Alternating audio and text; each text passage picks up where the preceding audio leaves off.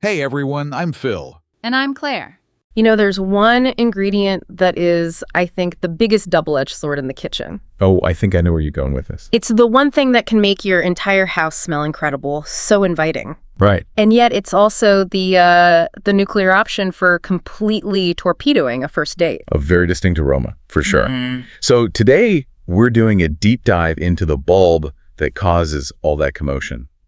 Garlic. And this isn't just about cooking. I mean, what really stood out to me from the sources is how garlic sits at this strange crossroads.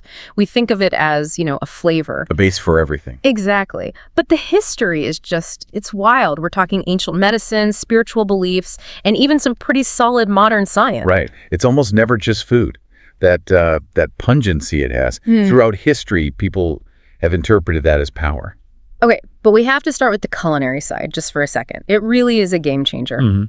Whether you're making a broth, sautéing some vegetables, searing a steak, a couple of cloves, just changes everything. It's the difference between just cooking and, creating cuisine for a lot of home cooks. But if you rewind to ancient Greece and Rome, they weren't tossing it in the pan just for taste. No, they were using it as medicine, like serious medicine. Heavy-duty stuff. They saw it as a legitimate treatment. The notes about using it against the plague that was pretty striking. Exactly. I mean, think about it. When you're facing a massive biological catastrophe like the plague, and the tool you reach for is garlic, that shows you how much faith they put in it. So it was for respiratory problems, immunity. Pretty much anything. They saw it as a kind of bioweapon against illness. Which makes the pivot to its other big reputation even more interesting. Because while the Greeks were fighting off sickness, other cultures were apparently using it to fight off indifference. The aphrodisiac legend. Right. This belief that garlic stimulates passion, desire. It's this idea that the sort of heat you feel in your tongue translates to, heat elsewhere. But that heat is precisely why other traditions rejected it.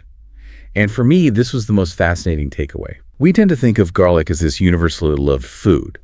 But in India, for instance, followers of Jainism specifically abstain from it.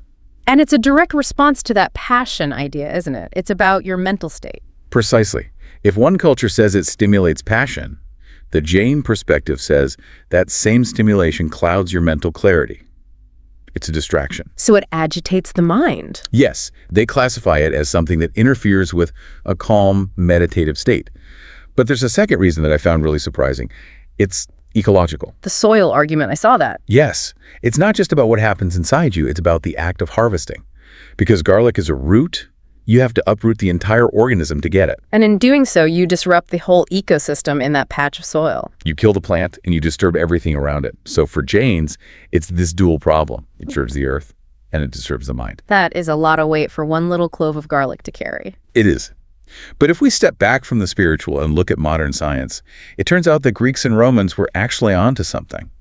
The data really does back it up. We're not using it for the bubonic plague anymore, obviously. Thankfully not. But the research on its benefits for lowering blood pressure and improving gut health it's solid. It's incredibly heart healthy. So you get this trade-off right. It might be agitating in a spiritual sense, but it is undeniably beneficial in a biological one. Which brings us full circle back to the practical reality. If you're going to go for the blood pressure benefits and have a big garlic-heavy meal, Uh-oh. I think I know what's coming. there's one non-negotiable rule that came up. The social disclaimer. Breath mints. Absolutely mandatory. You can't just rely on your personality after eating a whole head of roasted garlic. A very fair warning. But it really does sum up the whole tension we've been talking about, doesn't it? We've gone from searing a steak to fighting a plague, from sparking desire to disrupting an ecosystem. It really changes how you look at that little bulb sitting on your kitchen counter. It's not just an ingredient, it's a whole philosophical debate. And that leads to the thought I'd like to leave you with. We see this clear split in the research. Garlic is fantastic for physical health, your heart, your gut, your immune system, but it has this historical reputation as an enemy of mental clarity, of stillness. Now the question is... Exactly. Yeah. Is it possible that the things that are best for a high-functioning body are sometimes at odds with what's best for a calm mind? Do we have to choose between physical vitality and mental peace? Something to chew on, just maybe with some parsley afterwards. Solid advice. Thanks for hanging out with us. Catch you later.